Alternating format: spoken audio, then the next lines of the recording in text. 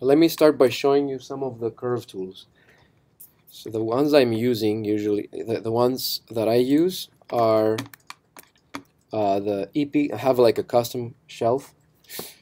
So the CV curve tool, if you stay here for a moment, you'll see what they are, what they represent. So I have the arc tools, the circle, and the the NURBS square. So I'm gonna go on the side view. It's better if you draw curves on a side view, on an orthographic view. Not that you can't do it in a perspective. It's just easier to like make flat curve like drawings on orthographic views. So I'm gonna take this into the default viewport, and under the create panel you can see that there's all this area with curve tools. So I'm going to show you the CV curve tool. So if you go to the options, and you can see what you have. I never use the I only use the linear and the 3 degree, and the 3 Bezier is good, but the 5, 7, and 2 I don't really use them. So I'm going to go ahead and try to work on just a design quickly. So I'm going to make this zigzag line,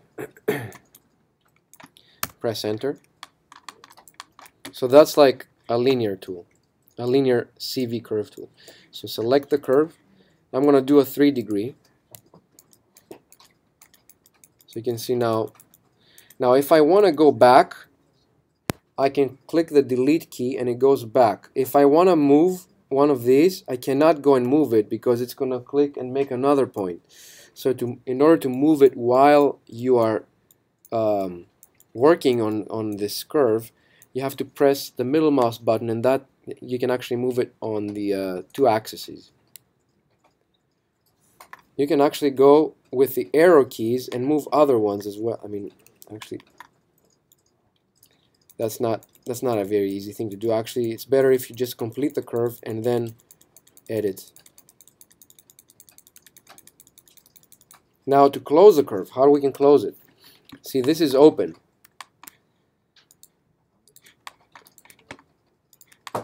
So if you want to close the curve, I like to do it manually. I just select the point and then I move it. And I hold the C, middle mouse, and I roll it until it clicks to the end of that point, that was the beginning point actually. Now you can see that this curve is not very consistent. It starts really rough, it gets smoother, and some areas are smooth, some areas are not.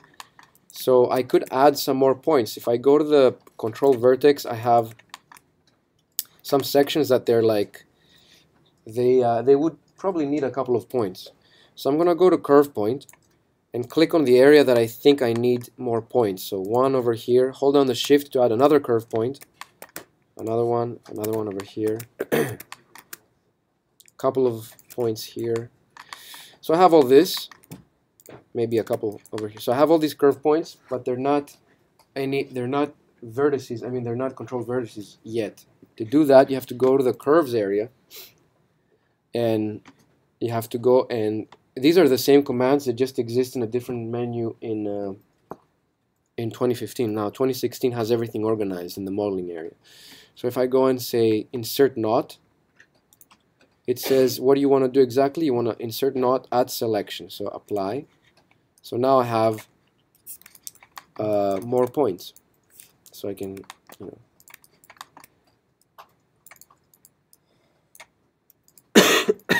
So if I want to close, I'm going to open this curve again.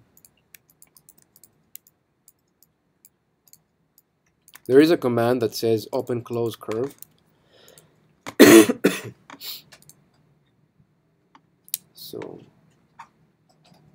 So open close. So you can actually ignore the shape or preserve the shape. You can do that, apply, and that will close it for you. Why do you want to close a curve? Because there are a bunch of tools that are very very useful in terms of making these curves into surfaces. So if I go, can I make a surface out of this? No, because it's a singular curve. Can I make a surface out of that one? I can definitely do a surface out of that one. How do you do that? I can actually make a planar surface. So if I go to the planar, so what the planar does, it actually creates a surface out of like a closed curve. The closed curve has to be in a in the same exact, all of the vertices, all of the control vertices have to be in the same exact level. They cannot be in different heights. So if I go and reset the settings, I have this. This is how it starts. It looks like okay, you want to do a planar trim surface. You want to do linear. No, we want to do a cubic because it's an organic shaped curve, so we want to follow that. And we're going to do NURBS. So here's what we have. That's a very nice way to utilize this kind of technique.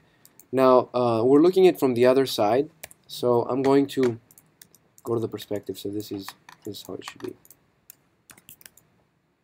And of course I can center the pivot point, I can move it around. Now this is a NURBS object. What if we wanted to make this as a polygon object? If I select that, let's center that pivot too.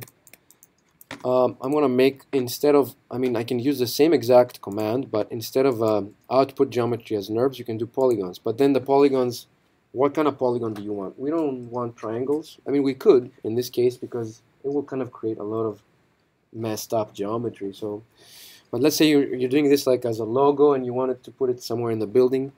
I'm going to use quads and I'm going to use tessellation method general.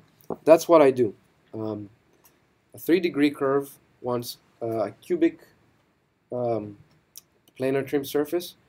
If I want to export to polygons, I use quads, general tessellation, and I leave the numbers really low. So basically what happens, because they're very low, and I click apply, they try to retrofit this to kind of like fit it into that, you know, as much as it can do. But you have other options. I mean, it tries to do the minimum amount of polygons in order to create that surface for you. But if you want to go and like tweak it, you can go into the NURBS tessellate and add more, you know, of these. Something is wrong up here. It might be because of the curve. You can actually kind of like fix that.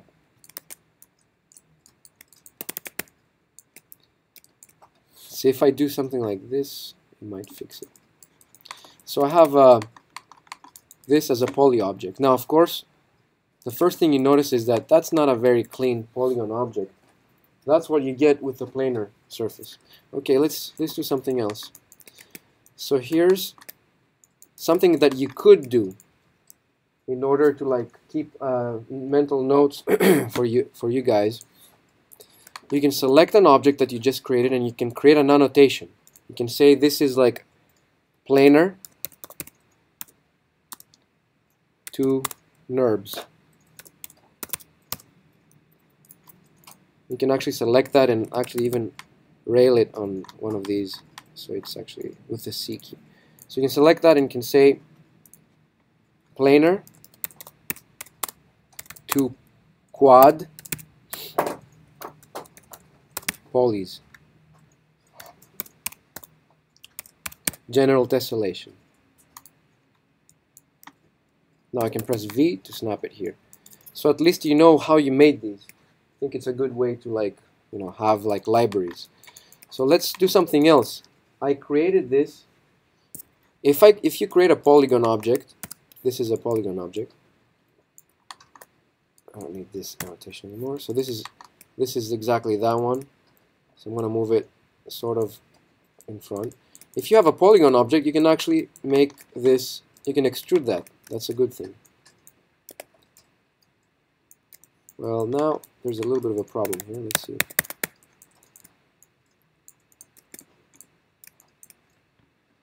I'm going to extrude again and then use the thickness. Yeah, there's some problems that we need to fix.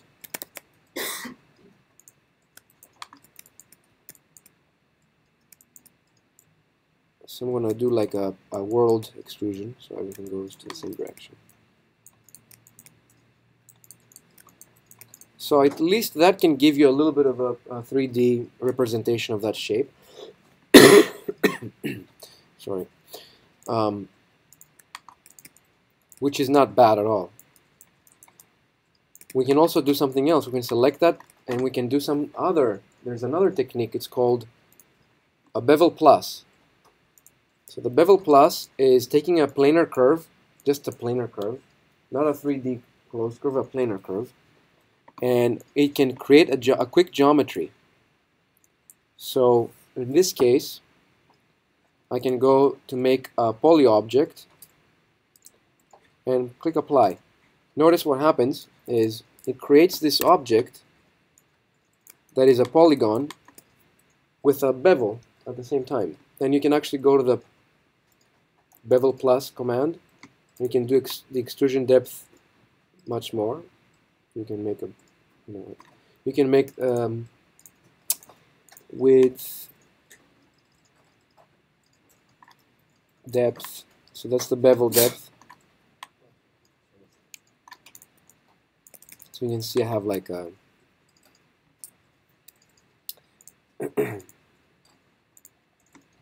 so this is kind of like another type of mesh that you can create.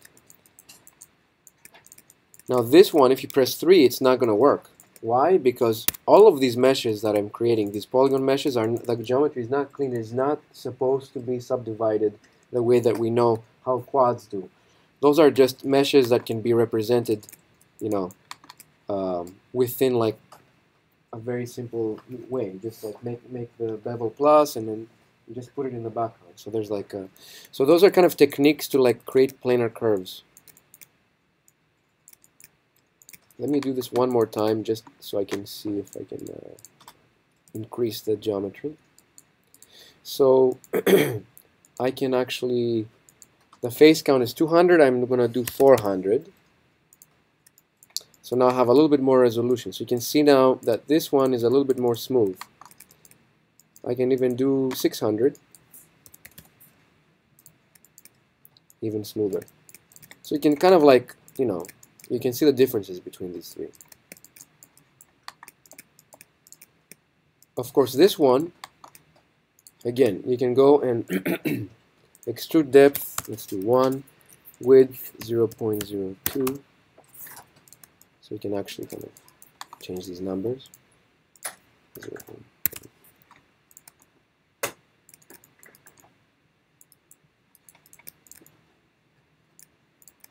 Or you can also do that in the beginning when you do a bevel plus. Bevel width, bevel distance 1, I'm going to do 600, apply.